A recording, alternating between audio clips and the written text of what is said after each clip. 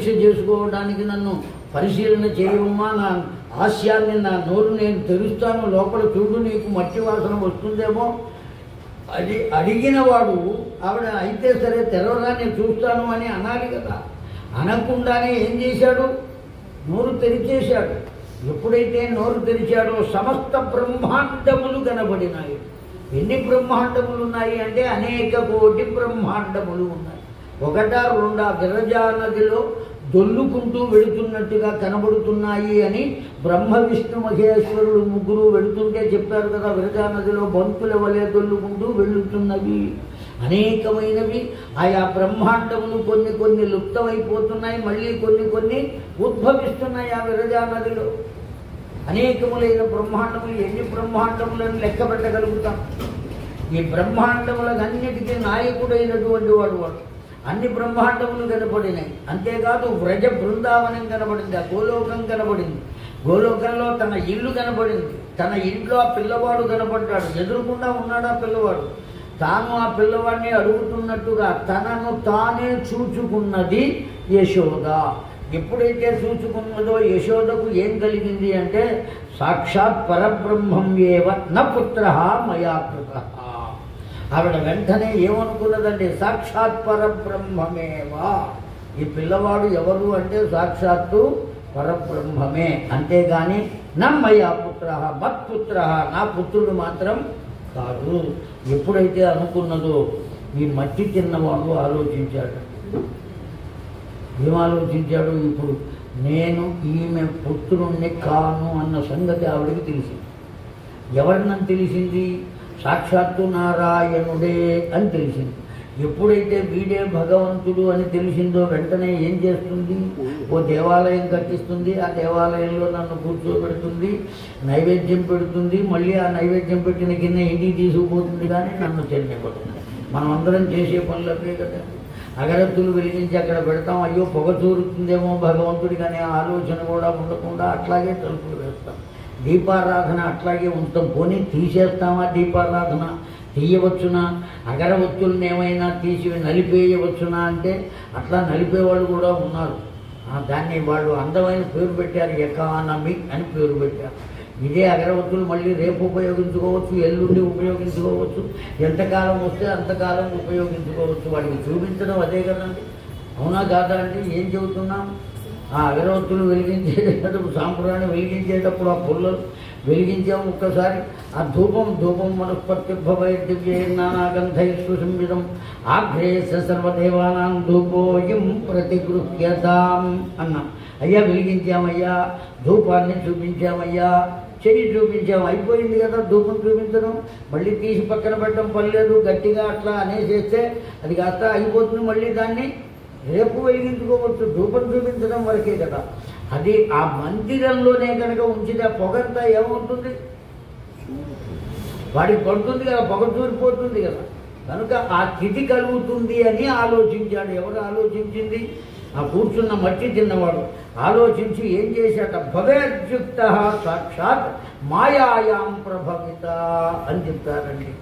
వెంటనే మహామాయను ఆహ్వానించి ఎవరి మీద ప్రయోగించారు అంటే యశోద మీద ప్రయోగించారు. ఎప్పుడైతే ప్రయోగించారో ఆ యశోద చూచిన విషయమునంతా మరిచిపోయిందండి.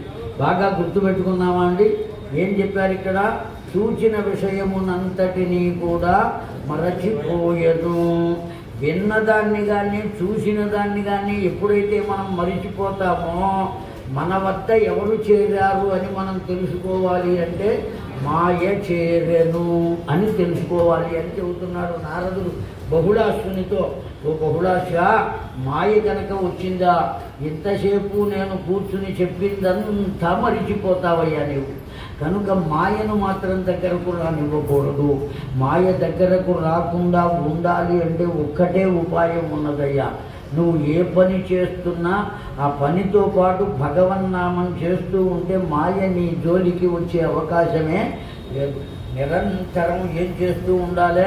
రాధే గోవింద కృష్ణ రాధే గోపాల కృష్ణ, రాధే గోవింద కృష్ణ రాధే గోపాల కృష్ణ, రాధే గోవింద కృష్ణ రాధే. ఎంత అనుమానిస్తున్నారండి చెప్పడానికి, అవునా అండి? దివ్యమైనటువంటి ఆనందం అండి. చెప్పండి, రాధే గోవింద కృష్ణ, రాధే గోపాల కృష్ణ, రాధే గోవింద కృష్ణ, రాధే గోపాల కృష్ణ, రాధే రాధే రాధే రాధే రాధే రాధే రాధే గోవింద, రాధే రాధే రాధే రాధే రాధే రాధే గోవింద, రాధే రాధే రాధే రాధే రాధే రాధే రాధే గోవింద, రాధే రాధే రాధే రాధే రాధే రాధే రాధే గోవింద. ఎంత దివ్యంగా చెప్పుకోవచ్చు. అసలు రాధాకృష్ణ అనేటువంటి ఆ 4 అక్షరాలు కలిగినటువంటి మంత్రం క్షిప్రమేవ అవాప్నువంతి అని కదా చెప్పింది. వెంటనే మన పనులు చేస్తాయని, అది మంత్రము అని భావించి చెప్పగలిగితే, మంత్రభావన చేత కాకుండా ఏదో పేరు పెట్టి పిలుస్తున్నట్టుగా రాధాకృష్ణ, ఓ రాధాకృష్ణ అని ఏదో పిలిచినట్టుగా పిలవటం కాకుండా, అది మంత్రము అనే భావనతో ఎప్పుడైతే మనం చేయగలుగుతామో, మననాత్రాయతీతి మంత్ర, ఎంతసేపు తలుచుకుంటే అంతగా మనల్ని కాపాడేటువంటిది కనుక దాన్ని ఏ విధంగా మనం చెప్పుకోవచ్చు? మంత్రంగానే భావించాలి. ఆ మంత్రం యొక్క ఫలితాన్ని మనం తప్పనిసరిగా పొందుతాం. మన భావన చేత మనం దేన్నైనా పొందుతాం.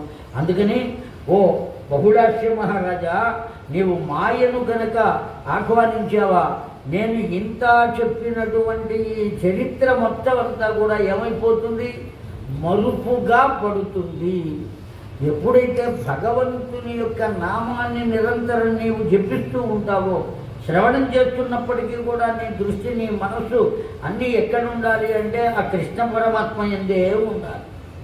ఆ 2 అక్షరాల నామం రాధాదేవితో కలిస్తే 4 అక్షరాల నామం ఎటువంటి దివ్యత్వాన్ని కలిగిస్తుంది అంటే, ఇదిగో ఇంత దివ్యత్వాన్ని కలిగించిందయ్యా అని చూపించారండి.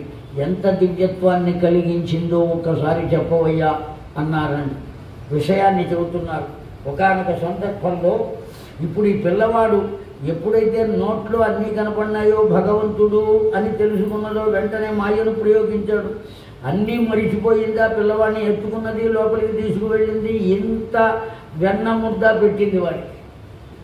ఏమండి, ఒక రోజున ఆవిడే ఆ తాడు పట్టుకుని చిలుగుతోంది. చిలుగుతుంటే పొద్దున్న చెప్పుకున్నాం కదా, కవ్వము ఎటువంటి శబ్దాన్ని చేస్తోందని చెప్పారు గర్గాచార్యుల వారు. బాగా ఆరితేలిన మృదంగ విద్వాంసుడు మృదంగం వాయిస్తే ఎలా ఉన్నదో అలా ఉన్నదిట. అటువంటిది ఆ చేతులు ఆ ముందుకి వెనక్కి కదులుతుంటే ఎలా ఉన్నదట. గాజుల యొక్క కదలిక చేత గొప్పగా సాధన చేసినటువంటి విద్వాంసుడు గానం చేస్తే ఎలా ఉంటుందో ఆ గానము వలె ఉన్నదట. ఆ గాజుల యొక్క సవ్వడి ఆ విధంగా ఉన్నది అన్నారు. అటువంటి స్థితిలో అక్కడికి వచ్చి తల్లిని అడిగాడు. ఏం అడిగాట వాడు? వెన్న అడిగాటండి. ఎవరు అడిగింది? ఆ కృష్ణ పరమాత్మ. ఎప్పుడైతే అడిగాడో, నాన్న ఇంకా తీలేదురా, కుండలో ఉన్నది తెచ్చిస్తాను అంటే, కాదు నాకు ఇదే కావాలి అన్నట్ట. ఇంకా తీసిన తర్వాత కదా ఇచ్చేది, ఇప్పుడే కాదు కాసేపు కూర్చో అంటే వాడికి కోపం వచ్చిందటండి. వాడు అడిగినప్పుడు వెంటనే పెట్టాలట. కోపం వచ్చి ఏం చేశాడు? రాయి తీసుకొచ్చి ఏ పెరుగు కుండలో కవ్వము పెట్టి చిలుగుతున్నదో దానికి వేసి కొట్టాటండి. ఆ కుండ కాస్త ఏమైపోయింది? పగిలిపోయింది. పగిలిపోయేటప్పటికీ ఆ తల్లి కోపం వచ్చింది యశోదమ్మకు. ఓ కర్ర తీసుకుని వెంటబడింది. మొత్తం పెరుగంతా నేల మీద అయిపోయిందండి. మజ్జిగంతా నేల మీద పొర్లిపోయింది. అందులో ఉన్న వెన్నంతా కూడా నేలపాలైపోయింది. ఆగ్రహం కలిగింది, ఆవేశం కలిగింది, కోపం వచ్చింది. కర్ర తీసుకున్నది వాడి వెంటబడింది. చిక్కుతాడా అండి వాడు అంత తేలిగ్గా? దేనికి చిక్కుతాడని చెప్పారు పోతన గారు? భక్తికి చిక్కుగాని అన్యంబులకు చిక్కడేతడు. దేనికి చిక్కుతాడండి? కేవలం భక్తికి వర్జయవు చిక్కు ఇతడు. భక్తి అనబడేటువంటి పదార్థానికి మాత్రమే చిక్కుతాడు, కానీ అన్యంబులకు చిక్కడి ఇతడు. పసివాడు అయి ఉండవచ్చు. ఆ యశోదాదేవి ఎంత పెద్దది ఆ పసివాడి కన్నా. అటువంటి స్థితిలో ఆమె పరుగు పెడుతున్నా అందకుండా పరుగు పెడుతున్నాడు. అలసిపోయింది. ధరించినటువంటి వస్త్రములు తడిసిపోయినవి. తలలో తురుముకున్నటువంటి పూల మాలలు అవిసి క్రిందకు రాలిపోయినవి. ఇంత చేసి చిట్ట చివరికి అడుగు వేయడానికి కూడా ఆయాసం కలిగి తాను కదలలేక ఎందుకు దొరకవురా అని అడిగిందండి. దుఃఖం వచ్చింది. ఏమడిగిందండి? ఎందుకు దొరకవురా అని అడిగిందట. ఎప్పుడైతే ఆ ప్రశ్న వేసిందో వెంటనే ఆగిపోయాడండి పరమాత్మ. వాడిని ఏ విధంగా మనం పొందాలో తెలుసుకోవాలి. ఎట్లా చేస్తే మనకు లభిస్తాడు, ఆ భగవంతుడు లభించాలి. ఎట్లా లభిస్తాడో మనం తెలుసుకోవాలి. ఎందుకు దొరకవురా అడిగిందండి. అడిగేటప్పటికీ ఒక్కసారి వెనక్కి తిరిగి పరుగు పెట్టుకుని వచ్చి వాడే గట్టిగా ఆలింగనం చేసుకుంటాడు. తన దగ్గర ఉన్న కర్ర అవతల పారేస్తాడు. ఎందుకురా ఇట్లా బాధపడతాడు, లాభం లేదురా, నిన్ను కట్టేయాలని ఓ తాడు తీసుకొచ్చి వాడిని కట్టడానికి ప్రయత్నం చేస్తే చెప్పారండి, నారదుడు చెప్పాడు, ఎన్ని పేర్లు ఉన్నాయ్యా అని అడిగాక ఓసారి ఈ బహుళాసుడు. కృష్ణ అనే పదానికి పొద్దున మనం ఎన్ని భావాలు చెప్పుకున్నామండి? 6 రకాలైన భావాలు చెప్పుకున్నాం మనం. ఇంకా 60 రకాల భావాలు ఉన్నాయి. వాటన్నిటికీ సమయం చాలదు. మనం కేవలం వాడికి ఎన్ని నామములు ఉన్నాయి, ఏ విధంగా వచ్చినాయి, ఇవన్నీ అసలు ఎన్ని పేర్లు ఉన్నాయి ఆ భగవంతుడికి ఆ బహుళాసుడు అడిగితే నారదుడు ఒకే ఒక్క మాట చెప్పాడండి. లీలాయా విశేషత ప్రతి లీలాయాం ఏకం నామం ప్రభవంతు. ఒక్కొక్క లీల వల్ల ఒక్కొక్క నామం వచ్చిందటండి వాడికి. అర్థమైందా అండి? ఆ గోవర్ధన పర్వతాన్ని పైకెత్తినప్పుడు వాడికి ఏమని పేరు వచ్చింది? గోవర్ధన గిరిధారి అని పేరు వచ్చింది. ఆ గోవు వచ్చి పొదుగును అందజేసినప్పుడు ఏమని బిరుదు వచ్చింది? గోవిందా అని బిరుదు వచ్చింది. అర్థమైందా అండి?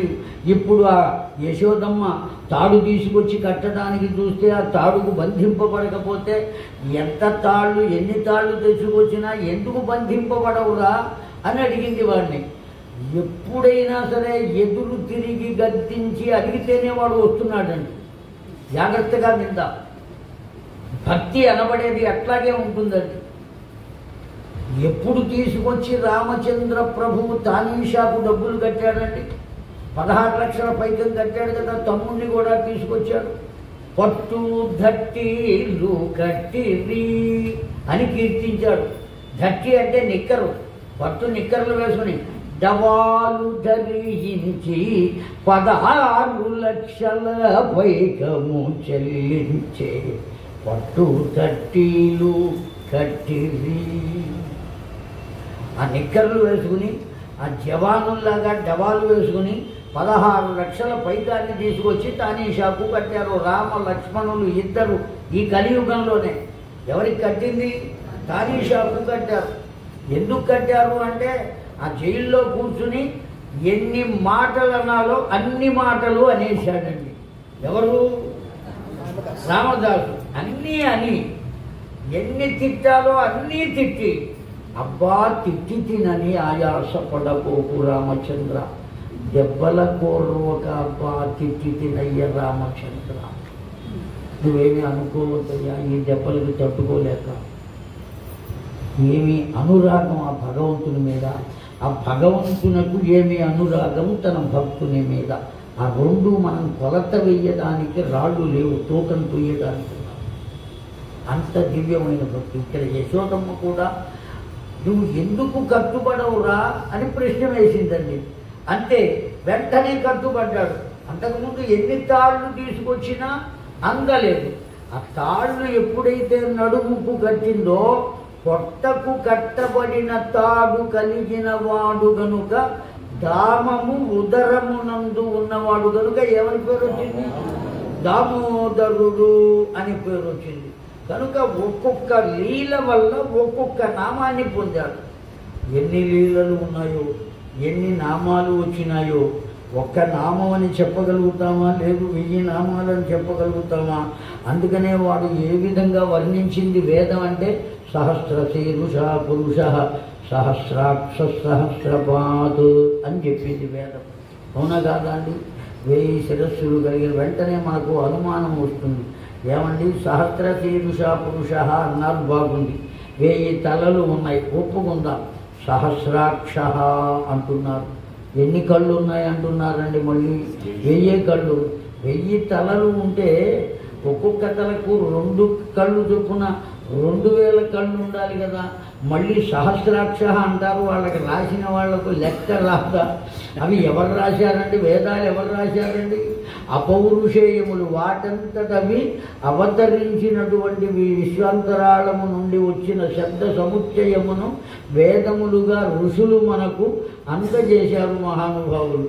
కనుక ఆ శబ్దాలు ఎట్లా వచ్చినాయండి అంటే సహస్రం అనంతవాచి అని ఋషులే చెప్పారు. సహస్రం అనేటువంటి పదం దేనికి గుర్తు? అనంతవాచి, అనంతము అని చెప్పటం కోసం.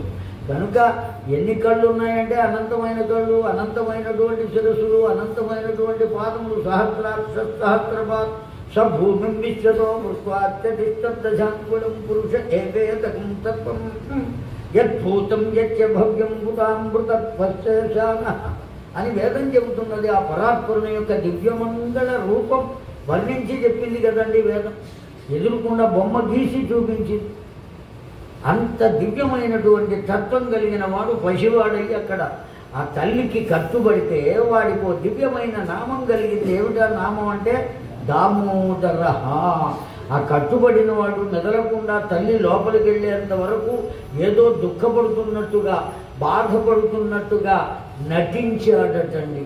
వాడికి రాని నటన అంటూ ఏది లోకంలో లేదు. అందుకనే అతనికి ఉన్న బిరుదేమిటి అంటే అన్ని లీలలు కలిపి ఒకే నామం ఒకటి వచ్చిందటండి.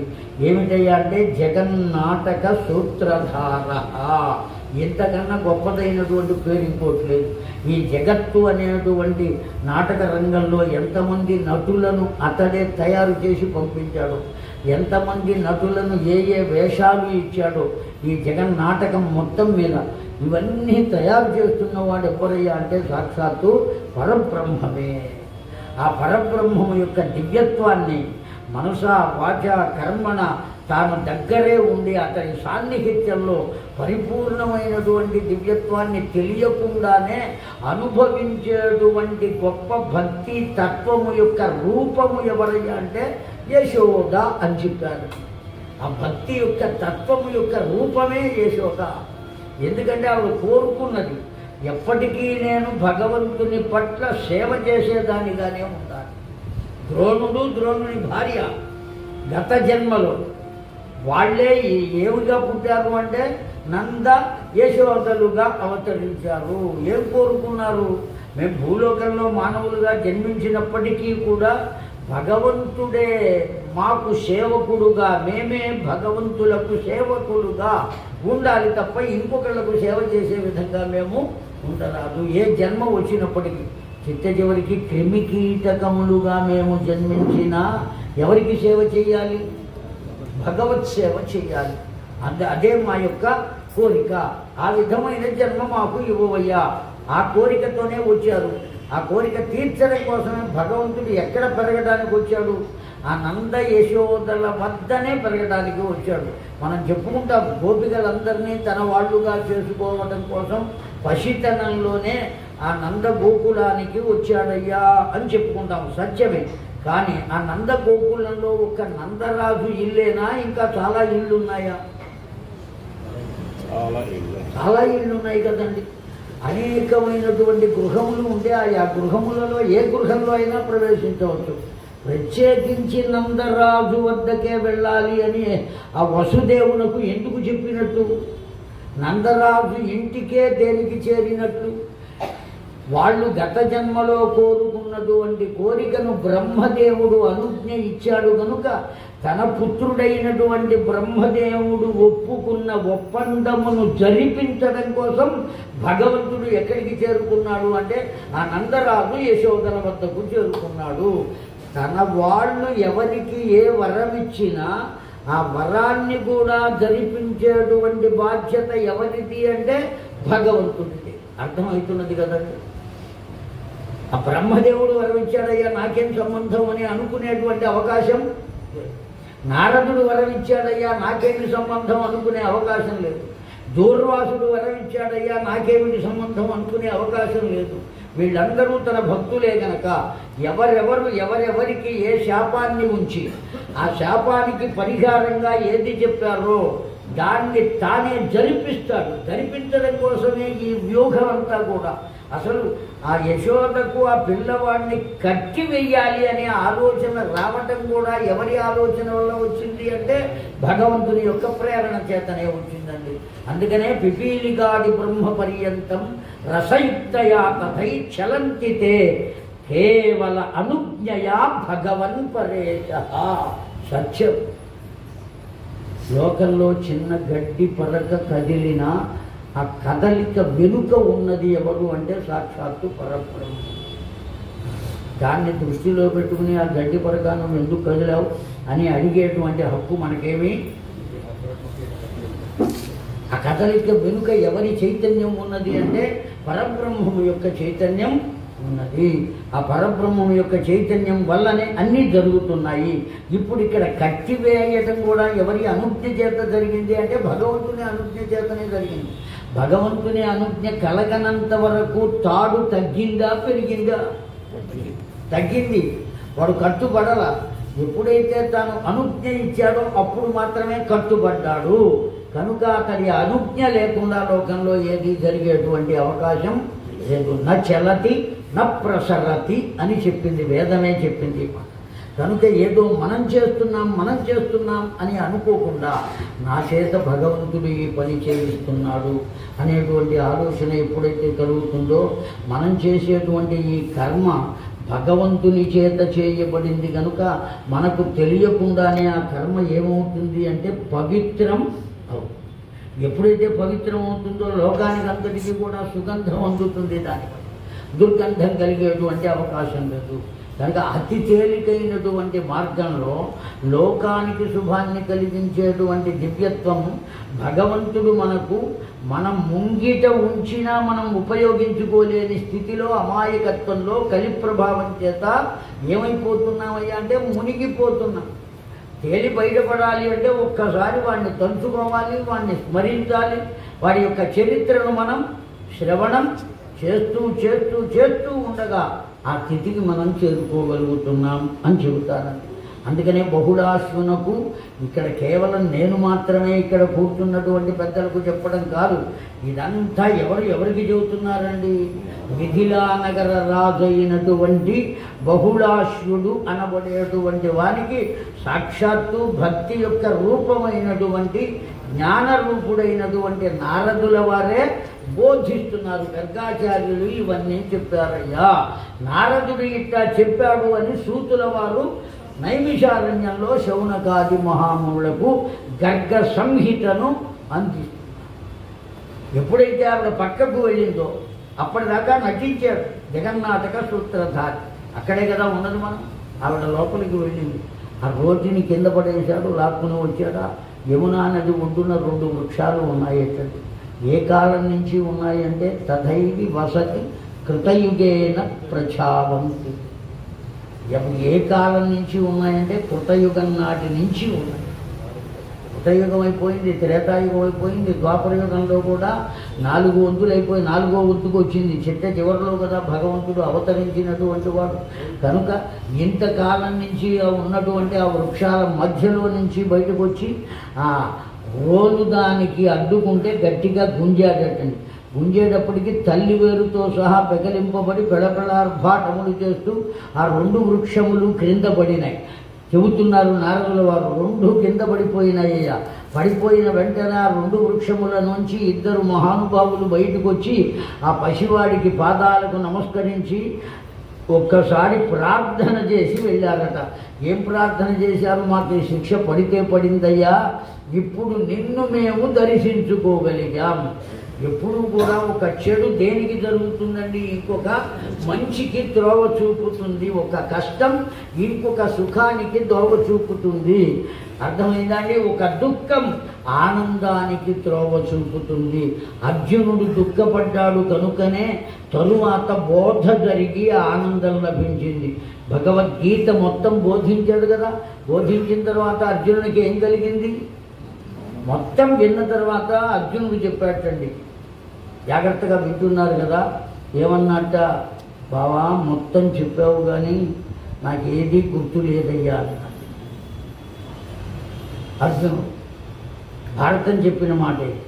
వెంటనే మళ్ళీ మొత్తం అంతా చూపించాడటండి. చెప్పలేదట.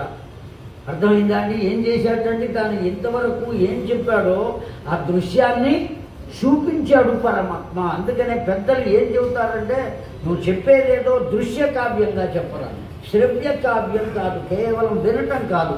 దాన్ని ఏం చేయాలి? వినేటువంటి వారు ఆ దృశ్యాన్ని దర్శించగలగాలి. ఎప్పుడైతే రెండోసారి దర్శించాడు అర్జునుడు, దర్శించాడో దివ్యమైనటువంటి జ్ఞానం కలిగింది. వెంటనే దూరంగా పడవేసినటువంటి గాంధీవాన్ని స్వీకరించాడు, యుద్ధ సన్ముఖుడయ్యాడు. ఏమండి? స్వైర వీర వికారంగా యుద్ధం చేశాడు. అనేక రకాలైన అస్త్రశస్త్రములు, ఎన్ని అస్త్రశస్త్రాలు ఎవరు ప్రయోగించినా అవన్నీ ఆ కృష్ణ పరమాత్మ ముందు ఉండటం చేత రెండవ కారణం ఏమయ్యా అంటే, ఆ పైన జెండా ఉంటే ఆ జెండా మీద ఎవరున్నారండి? భలే చెప్పారు కదా. జెండాపై కపిరాజు ముందు శ్రితవాజశ్రేణుజన్ పుంచినే దండంబుల్గొని తోలు చందనము మీద నారి సారించి మూకం చెండుతున్నప్పుడు ఒక్కండును నీ మొర ఆలకింపడు కురుక్ష్మానాథ సంధింపక. ఎంత గొప్పగా చెప్పాడు పరమాత్మ. ఒక్కడు కూడా నీవు మాట్లాడే మాట వినరయ్యా, ఆలకించడయ్యా, నా మాట వినవయ్యా ఇప్పటికైనా అని చెప్పాడు. వింటాడా అండి? మూర్ఖుడు అనేటువంటి వాడు వినడు కదా, కనుక వింటాడు. కనుక ఇవన్నీ దర్శించాడు. ఆ దర్శించిన తర్వాత దివ్యానందం కలిగింది. ఎప్పటికీ కూడా కేవలం శ్రవణం కాకుండా, శ్రవణంతో పాటు ఏం కలగాలి? మనకు దృశ్యం కలగాలి. ఆ దృశ్య కావ్యాన్ని మనం దర్శించాలి. ఎప్పుడైతే దర్శిస్తామో అది హృదయంలో ముద్ర పడిపోతుంది, ఆ దర్శనీయమైనటువంటి ప్రదేశం. కనుక ఆ పరమాత్మ ఏం చేశారంటే, ఆ చెట్లు ఎప్పుడైతే పడిపోయినాయో ఇద్దరూ బయటకు వచ్చారు. ఆ వచ్చినటువంటి వాళ్ళు పరమాత్మను కీర్తించారు, ఆ పశువాన్ని కీర్తించారు. వాడు మాత్రం ఏమీ తెలియనట్టు ఆ తాడట వదిలాడు, చేతులు కట్టుకున్నట్టు నిలబడ్డాడు. వాడికి ఏమీ తెలియనట్టు అమాయకుని వల్లే నిలబడ్డాడు. ఎంతున్నాడు భూమి మీద? 3 ఉన్నాడు అంతే, అంత చిన్నవాడు. ఆ శబ్దానికి, చెట్లు కూలిపోయినటువంటి శబ్దానికి మొత్తం అంతా అక్కడికి వచ్చేసారు. నంద గోకులం అంతా అక్కడ ఉన్నది. అందరిలో పెద్దవాడు సన్నందుడు అని ఒకడు ఉన్నాడు. చాలా పెద్దవాడు, వయస్సు చేత పెద్దవాడు. ఆయన పేరు సన్నందుడు. ఆయన వచ్చి అడిగాట ఈ నందరాజుని, ఏమయ్యా ఈ పిల్లవాడి సంగతి ఏమిటి? వీడిని చిన్నప్పటి నుంచి చూస్తున్నాము, ఎంతమంది రాక్షసులను సంహరించాడు, వీడు చేసే క్రతువులన్నీ కూడా ఇట్లా ఉన్నాయి. ఏం చేయాలి అంటే నేను కూడా అదే ఆలోచిస్తున్నాను, ఏం చేయాలి అని. అసలు వీడు నీ పుత్రుడేనా? వీడి సంగతి ఏమిటో చెప్పు అంటే, నువ్వు కొంచెం బయటికి రావయ్యా, నేను రహస్యం మాట్లాడతానని ఆ సన్నందుడిని తీసుకొచ్చాడు. ఆ సన్నందుడిని తీసుకొస్తే ఈ పిల్లవాడు సంగతి ఏమిటో చెప్పవయ్యా అని అడిగినందుకు నందరాజు దుఃఖపడుతూ చెప్పాడండి, ఇతడు దేవకీదేవి వసుదేవ నందన, నా పుత్రుడు కాదు. మన అందరి అదృష్టవశం చేత ఎక్కడ పెరుగుతున్నాడు? మన వద్ద పెరుగుతున్నాడు. యుగే యుగే అవతరంతుతే, ప్రతి యుగంలోనూ అవతరిస్తూనే ఉంటాడు. శితవర్ణ, రజోవర్ణ, పీతవర్ణ, కాలవర్ణ వ్యవస్థిత. తెల్లని రూపంతో వచ్చాడు, ఎర్రని రూపంతో వచ్చాడు, పీతవర్ణంతో వచ్చాడు. ఇదిగో ఇప్పుడు నల్లని వర్ణంతో ఉన్నాడయ్యా. రాబోయేటువంటిది కలి. ఆ కలి యొక్క దివ్యత్వాన్ని నశింపజేయడం కోసం ఈ వర్ణంలో వచ్చి మనకందరికీ కూడా దివ్యత్వాన్ని కలిగించడం కోసం మన వద్ద పెరుగుతున్నాడు. పుట్టింది మాత్రం అక్కడే. ఇతడు సాక్షాత్తు పరబ్రహ్మము అని చెప్పాడండి. కనుకనే నేను అడిగానయ్యా, ఈ విషయం మాకు తెలుసు. ఆ సన్నందుడు ఏం చెప్పాడండి? ఇతడు సాక్షాత్తు పరబ్రహ్మము అన్న సంగతి నాకు తెలుసు. ఎట్లా తెలుసు? ఇప్పుడు మనం అందరం ఎక్కడికి వెళ్ళాలి? ఉన్నటువంటి ఇల్లు, వాకిలి, ఆస్తులు, పాస్తులు ఇవన్నీ వదులుకుని ఎక్కడికి వెళ్ళాలి? మనం ఇక్కడి నుంచి వెళ్ళిపోతాం. వెళ్ళిపోయి కొద్ది కాలం వెళ్ళి అన్ని విషయాలు సద్దుమణిగిన తర్వాత అంతగా అయితే మరలా ఇక్కడికి చేరుకుంటాం. పునర్వ్యవస్థీకృతయా నందగోకులం. మరల ఇక్కడికి వచ్చి కావలసినవన్నీ ఏర్పాటు చేసుకుందాం కావాలి అని. ముందైతే మనం ఈ పిల్లవాడిని వెంటబెట్టుకుని మనం ఏం చేయాలి? వెళ్ళిపోవాలి, రక్షించుకోవడం కోసం వెళ్ళాలి.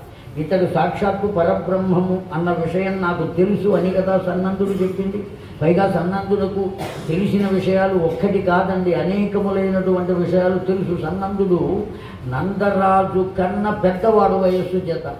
పెద్దవాడవడం చేత నందరాజు పుట్టక ముందు కూడా జరిగినటువంటి క్రతువులు కానీ విశేషాలు కానీ ఇవన్నీ కూడా తెలిసిన వాడు, వయస్సు చేత పెద్దవాడు కదా.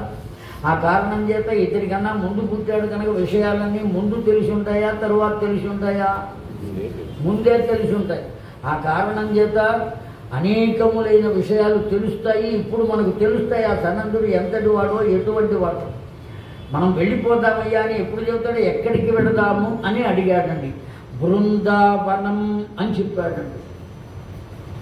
ఈ పసిపిల్లవాడు ఈ బృందావనం అని ఎప్పుడైతే చెప్పాడో నందరాజు వెంటనే అడిగాడు, వీడు చాలా గొప్పవాడన్న సంగతి నీకెట్టా తెలుసు? ఆ విషయాన్ని చెప్పు ముందు. అప్పుడు సన్నందుడు చెబుతున్నాడండి, జాగ్రత్తగా వినవయ్యా నందరాజ. ఒకానొకప్పుడు నా చిన్నతనంలో దూర్వాసుల వారు ఇక్కడికి వచ్చారు. ఆ దూర్వాసుల వారు సాక్షాత్తు ఏం చేశాట? ఆ కృష్ణ పరమాత్మ యొక్క ఉచ్ఛ్వాస నిశ్వాసల ద్వారా లోపలికి వెళ్ళిపోయాడు. ఎవరి లోపలికి వెళ్ళాడు? ఆ పరమాత్మ లోపలికి వెళ్ళిపోయాట. ఆ కృష్ణ పరమాత్మ లోపలికి నీవు గమనించలేకపోయావు. ఎందువల్ల అట్లా వెళ్ళిపోయాడు? ఆ పసివాడు చిన్నతనంలో ఆడుకుంటుంటే ఆ యమునా నది ఒడ్డున ఉన్న ఇసుక పైన దొర్లుతుంటే ఒంటి నిండా పట్టి ఉన్నటువంటి ఆ దుమ్మును ధూళిని దర్శించిన దూర్వాసుడు ఇతడు కాదు పరబ్రహ్మము, నందరాజు పుత్రుడుగా పొందినటువంటి పరబ్రహ్మము ఇంకొకడు అయి ఉంటాడు అని భావించి ఇతన్ని నిరసించాడు. నిరసించిన కారణం చేత ఆ భగవంతుని ఉచ్ఛ్వాస ద్వారా ఎక్కడికి వెళ్ళిపోయాడు? లోపలికి వెళ్ళిపోయాడు. ఆ లోపలికి వెళ్ళిపోయినటువంటి వాడు ఎంతకాలం ఉన్నాడయ్యా అంటే 14 మహాయుగముల కాలం ఉన్నాడటండి ఆ లోపలి. ఒక మహాయుగానికే 4 యుగాలు. అవునా కాదా అండి? ఎంత ఉంటుందండి ఒక్కొక్క యుగం? కలియుగం ఎంతకాలం ఉన్నదండి? 4,32,000 సంవత్సరాల కాలం కలియుగం. మళ్ళీ అంతకాలాన్ని కలిపితే ద్వాపరయుగం. మళ్ళీ 4,32,000 కాలం కలిపితే త్రేతాయుగం. దానికి మళ్ళీ 4,32,000 సంవత్సరాల కాలం గడిపితే కృతయుగం. ఇవన్నీ కలిపి ఒక చోట పెట్టి కూడుకుంటే ఒక మహాయుగం. ఇటువంటి మహాయుగాల కాలం ఎన్ని మహాయుగాలు? 14 మహాయుగాల కాలం ఆ పరమాత్మ యొక్క దేహంలో ఉన్నట్టవాడు. అటు ఇటు తిరుగుతూ ఎవరయ్యా అంటే దూర్వాసుడు. దూర్వాసుడు లోపలకు వెళ్ళేటప్పటికీ ఆ దూర్వాసుని లెక్కలో ఎన్ని మహాయుగాలు గడిచిపోయినాయంటే 14 మహాయుగాలు గడిచిపోయినాయిటండి. మన లెక్కలో ఎక్కువ కాలం గడవలేదు. ఏమండి? అన్ని మహాయుగాలు గడిచిపోయినాయి ఆ దూర్వాసును. అనేకములైన బ్రహ్మాండములను చూశాడు. అవన్నీ దర్శిస్తూ చివరికి అయోధ్య వెళ్ళాడట. అక్కడి నుంచి మధుర చేరుకున్నాడు. బృందావనం ఇవన్నీ ఎక్కడ కనపడినాయి? ఆ లోపల కనపడినాయి. ఆయా ప్రాంతాలకు వెళ్ళాడు. ఏమి అదృష్టవంతుడండి! విమానం అక్కర్లా, బస్సు అక్కర్లా, రైలు అక్కర్లా, ఏమీ అక్కర్లా. కేవలం ఒకే ఒక్క భావన చేత ఇతడు మాత్రము భగవంతుడు కాడు, ఇతడు సామాన్యమైన వాడు అని ఒక తపస్వి అనుకుంటే ఆ తపస్వికి బుద్ధి కలిగించడం కోసం భగవంతుడు ఏం చేశాడయ్యా అంటే అంతకుముందు చేసిన తపోశక్తి ఉన్నది కనుక తన లోపలికి తీసుకున్నాడండి. లోపలికి ఎప్పుడైతే తీసుకున్నాడో లోపల ఉన్నటువంటి బ్రహ్మాండములన్నిటినీ దర్శించాడు.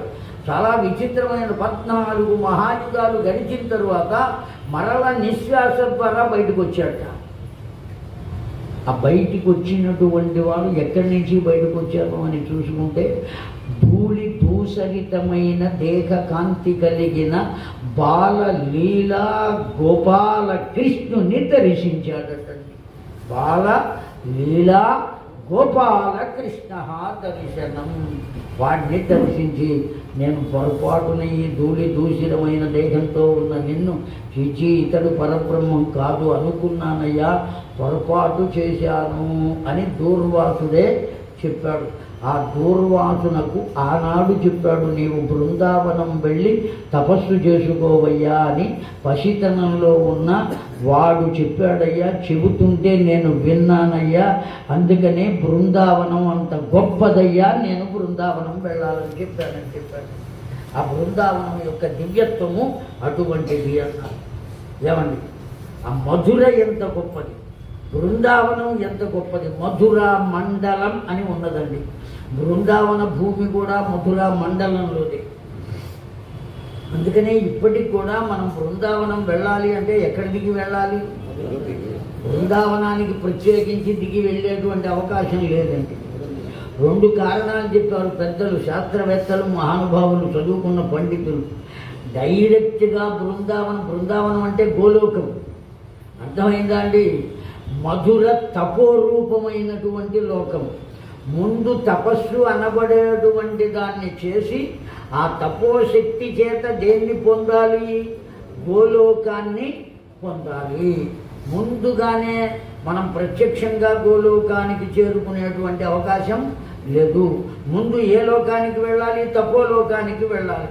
భూలోక, భువర్లోక, సువర్లోక, మహర్లోక, జనోలోక, తపోలోక, తరువాత సత్యలోకములు, శాశ్వతమైనటువంటి లోకం. తపోలోకం తరువాతనే. కనుక ఈ తపోలోకం ఏంటయ్యా అంటే మధుర అని చెప్పారు. ఆ తపోలోకానికి చేరుకుని అక్కడ నుంచి ఆ బృందావనం చేరుకోవాలి కానీ సత్యలోకానికి వెళ్ళాలి కానీ తపోలోకానికి వెళ్లకుండా వెళ్ళే అవకాశం లేదు. ఇప్పటికీ కూడా మనకు అదే. నీవు డైరెక్ట్గా మధురలో దిగకుండా బృందావనం వెళ్ళే అవకాశమే లేదు. ఒకవేళ నేను రైల్లో నానయ్యా విమానంలో వెళతాను అన్నా ఎయిర్పోర్ట్ ఎక్కడుందంటే మధురలోనే ఉన్నదండి, బృందావనంలో లేదు. హెలీప్యాడ్ ఉంది కానీ ఎయిర్పోర్ట్ లేదు. నువ్వు ఎక్కడ దిగాలి? మధురలోనే దిగాలి. ఎట్లా వెళ్ళినప్పటికీ కూడా ఎక్కడికి చేరుకోవాలి మధుర నుంచి అంటే కేవలం మధురలోనే ఉండిపోరాదు, తపోలోకంలోనే ఉండిపోరాదు.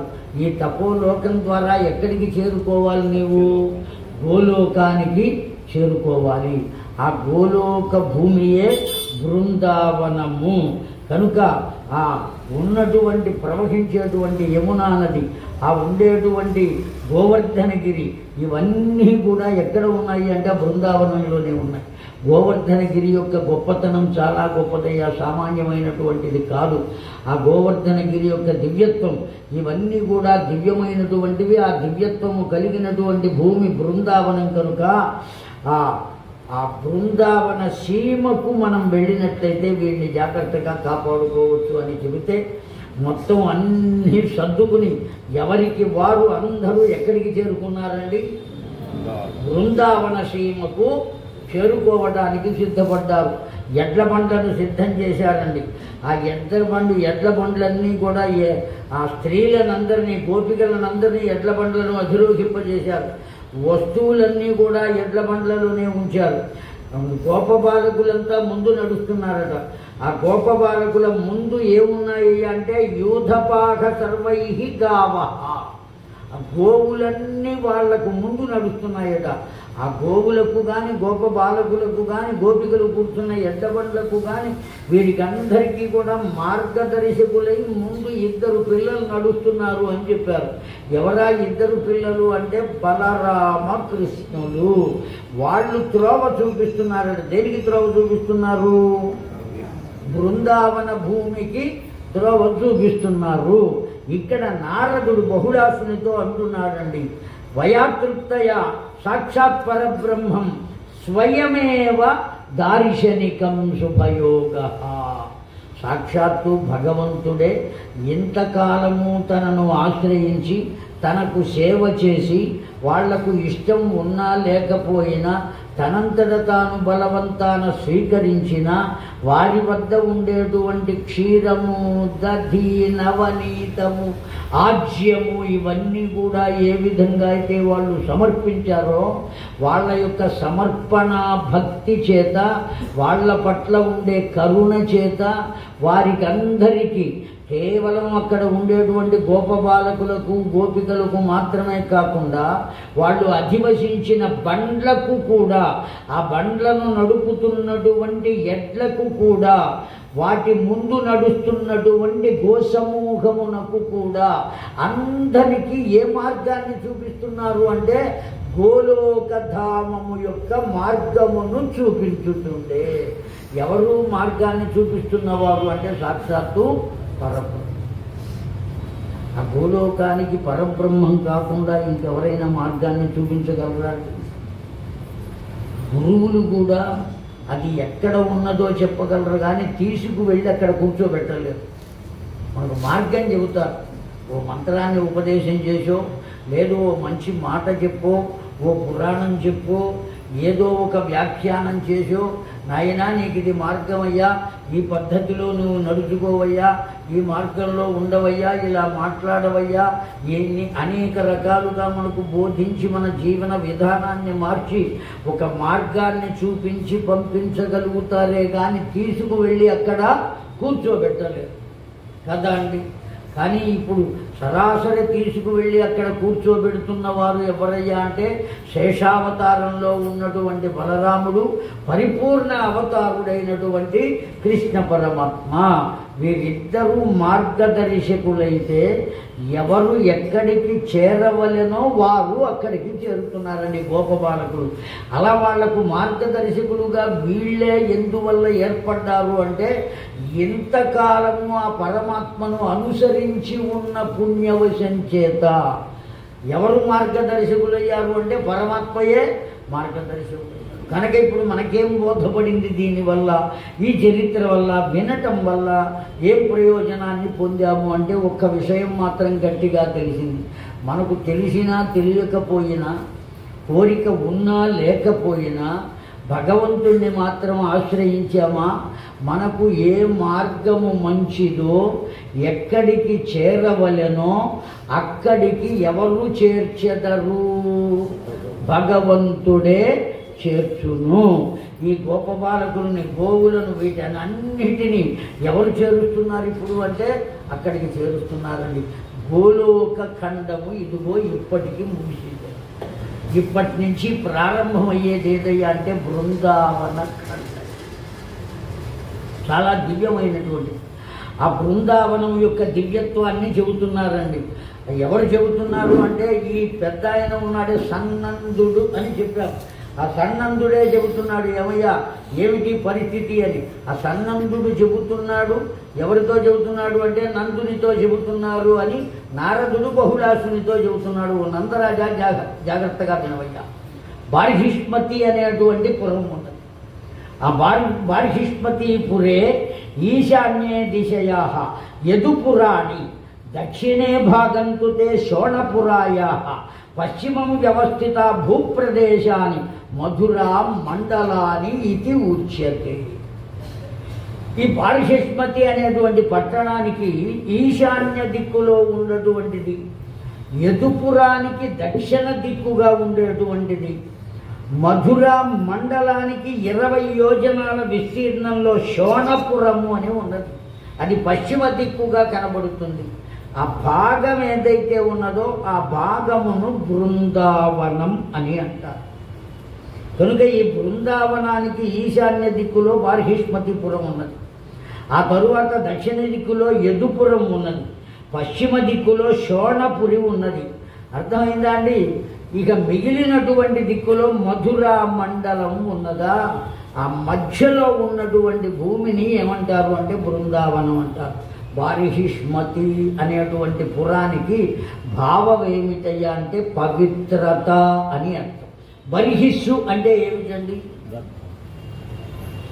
దర్భ. దర్భను ఏమంటారు? బర్హిస్సు అంటారు. దర్భ కన్నా పవిత్రమైనటువంటి వస్తువు ఇంకొకటి లేదు. మనం ఏ కర్మ చేసినా దర్భతో ఒక అంగుళీయకాన్ని చేసి దాన్ని ధరించాలి. అటు అపరకర్మలు కానివ్వండి, ఇటు పరావృత్తి కర్మలు కానివ్వండి, యజ్ఞయాగాది క్రతువులు చేసినా దర్భతో మనం ధరించి తీరవలసిందే. లేదు ఏ పితృకర్మలు చేస్తున్నా ధరించి తీరవలసిందే. దర్భ చేతికి లేకుండా చేసేటువంటి, అందుకనే పెద్దలు ఏం చేస్తారు అంటే దర్భతో ముడి చేయించి బంగారపు ఉంగరాన్ని పెట్టుకుంటారు, ఓపిక కలిగినటువంటి వాడు కనుక. ఆ విధంగా ఎందుకంటే అది చేత్తో ఉన్నదనుకోండి, ఆ దర్భ బ్రహ్మముడి అంటారు దాన్ని.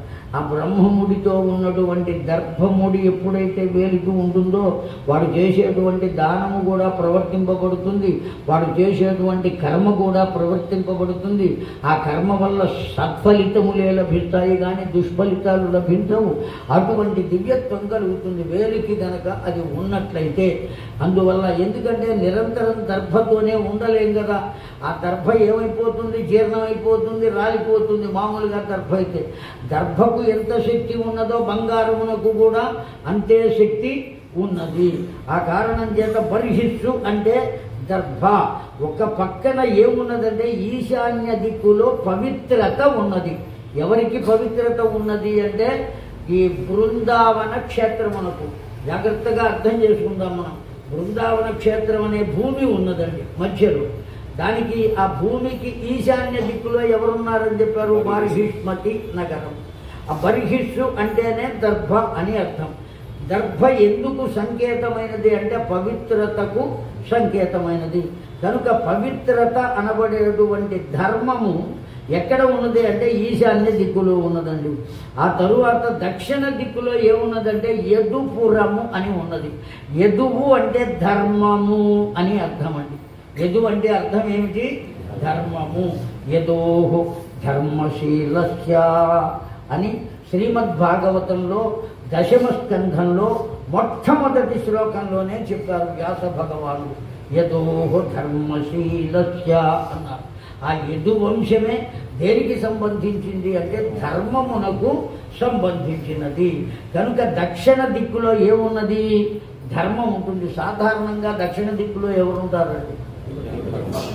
యమధర్మరాజు ఉంటాడు కదా. కనుక వాడు కూడా యమధర్మరాజు కూడా దేనికి సంకేతం? ధర్మమునకే సంకేతం. ఈశాన్య దిక్కులో పవిత్రత కలిగి ఉన్నది అంటే దైవ యోగం ఉన్నది. దక్షిణ దిక్కులో ఏమున్నది అంటే ధర్మం ఉన్నదండి. ఆ తరువాత ఏమున్నది? పశ్చిమ దిక్కులో పడమటి దిక్కులో ఏమో శోణపురము అన్నారండి.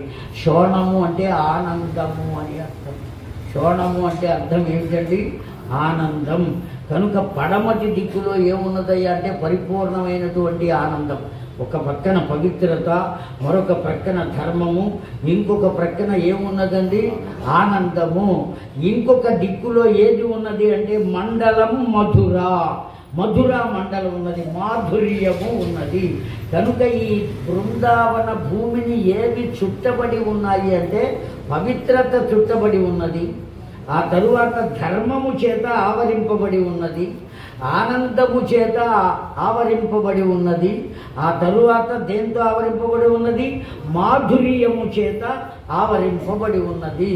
వీటి చేత ఆవరింపబడి ఉన్న భూమి ఏదో దాన్ని బృందావనం అని అంటారు. ఆ మధ్యలో అనేకములైనటువంటి వనాలు ఉన్నాయి. నందరాజా జాగ్రత్తగా విను. ఆ మధ్యలో అనేకములైన వనాలు ఉన్నాయి. ఆ ఉన్న వనముల అన్నిటిల్లో కూడా గొప్పదేదయ్యా అంటే బృందావనం. ఆ బృందావనమే దివ్యమైనటువంటి. అక్కడికి చేరుకునేటువంటి వారికి దుఃఖం ఉండే అవకాశం లేదు, అధర్మం కలిగేటువంటి అవకాశం లేదు, అపవిత్రత కలిగేటువంటి అవకాశం లేదు, కటుత్వాన్ని పొందేటువంటి అవకాశం లేదు.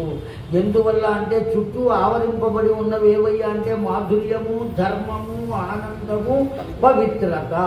ఆ కారణం చేత భూమి ఎటువంటిది అంటే అంత దివ్యమైనటువంటిది. అందువల్లనే మనం ఎక్కడికి చేరుకోవాలి? ఇక్కడి నుంచి బృందావనం చేరుకోవాలి. ఏ ద్వారా వెళ్ళగలుగుతాం మనం అంటే మధుర మండలం ద్వారానే వెళ్ళగలుగుతాం.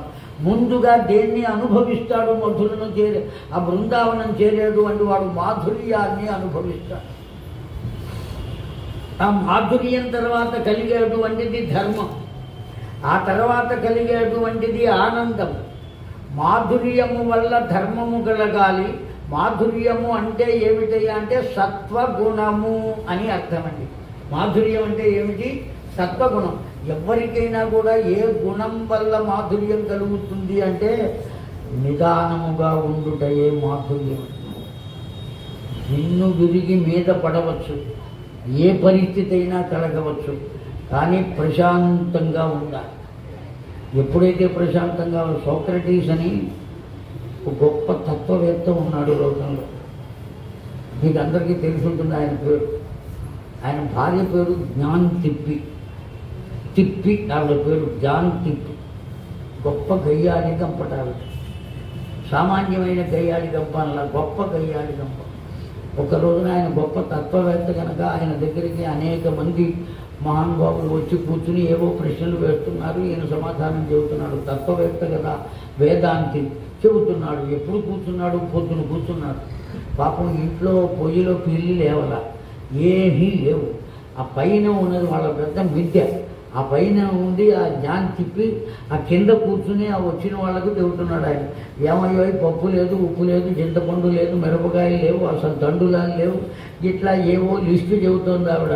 అన్ని ఈయన ఏమీ వింటల్లా. వాళ్ళు అడిగే ప్రశ్నలకు సమాధానం చెబుతున్నాడు, తనకు తెలిసిన తత్వాన్ని ఉపదేశం చేస్తున్నాడు. పొద్దున్నుంచి చెప్పి చెప్పి చెప్పి చెప్పి విసిగిపోయింది ఆవిడ. విసిగిపోయి ఏం చేసింది? ఒళ్ళు మండిపోయింది, పెద్ద పెద్దగా అరిచింది, కరిచింది. ఏం చేసినా ఈయన వేదాంతం తప్ప ఈయనకి ఇంకోటి తత్వం తప్ప ఏమీ తెలియటల్లా. అటువంటి స్థితిలో బాగా ఆగ్రహం కలిగింది ఆమెకు. ఆగ్రహం కలిగి అక్కడ ఒక పెద్ద నీళ్ల బాణం ఉంటే ఎత్తి అతడి నెత్తి మీద వేసింది. గొప్ప వేదాంతేమో మొత్తం ఊడిపోయి నున్నగా గుండ్రాయి ఎట్లా ఉన్నదో అట్లా ఉన్నది. దాని మీద పడింది ఆ కుండ మొత్తం అంతా కూడా. ఆ పడినటువంటి కుండ భళ్ళున పగిలింది. ఆ కుండ యొక్క కంఠ భాగం మొత్తం కంఠపడినట్టు మెడలో పడింది, హారం ఉన్నట్టుగా ఉన్నది. ఒళ్ళంతా తడిసిపోయింది, ఆ ప్రాంతం అంతా తడిసిపోయింది. ఆ కూర్చుని వింటున్నటువంటి వాళ్ళు అయ్యో అయ్యో అయ్యో అయ్యో అయ్యో అంటూ లేచారండి. లేస్తే ఈయనేమన్నాడో తెలిసినా, ఎందుకయ్యా కంగారు పడతారు? పొద్దున్నుంచి ఉరిమింది, ఇప్పుడు కురిసింది, అంతే తేడా అన్నాడు. ఏ విధంగానూ వాళ్లకు ఏ విధమైన చలనం ఉండదండి. అర్థమైందా అండి? అటువంటి భావాన్ని ఎప్పుడైతే పొందుతాడో వాడికి కష్టం ఎక్కడి నుంచి వస్తుందండి? ఇప్పుడు ఆ సోక్రటీస్కి కష్టం ఉందా? ఊళ్ళో వాళ్ళందరూ అతడి గురించి చెడుగా మాట్లాడుకుని వీడు సామాన్యుడు గారు మొత్తం అందరినీ జరగొడుతున్నాడని ఆ గ్రీకు దేశపు రాజుకు చెబితే విషం ఇచ్చారండి. ఆయన విషం పాత్ర ఇచ్చారు, నిర్లిప్తంగా విషాన్ని తాగేశాడు, శరీరాన్ని వదిలేశాడు. అయ్యో నాకు విషం ఇచ్చారే అనేటువంటి బాధ ఆయనకేమీ లేదు. దేనివల్ల ఏ విధమైనటువంటి కష్టాన్ని పొందే అవకాశం లేదు.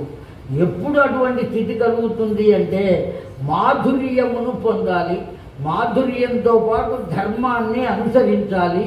అప్పుడు నీలో ఏం కలుగుతుంది అంటే ఆనందం కలుగుతుంది. ఆ కలిగిన ఆనందమే నీకు పవిత్రతను అందజేయును అని చెప్పారు. నువ్వు పరమ పవిత్రుడవు ఎప్పుడైతే అవుతావో ఎక్కడ ఉంటావంటే గోలోకంలోనే ఉంటావు. కనుక ముందుగా నీవు ఏది పొందాలి? మాధుర్యాన్ని పొందాలి. ఆ మాధుర్యమే మధురా మండలము. ఆ తర్వాత ధర్మాన్ని పొందాలి. ఆ ధర్మమే యదుపురము. ఆ తరువాత ఆనందాన్ని పొందాలి. ఆ ఆనందమే శోణపురము. ఇవన్నీ పొందిన తరువాత నీవు పవిత్రతను పొందుతావు. కనుక ఆ పవిత్రతయే బారిషిష్మతి. వీటి మధ్యలో ఉన్నదే బృందావనము.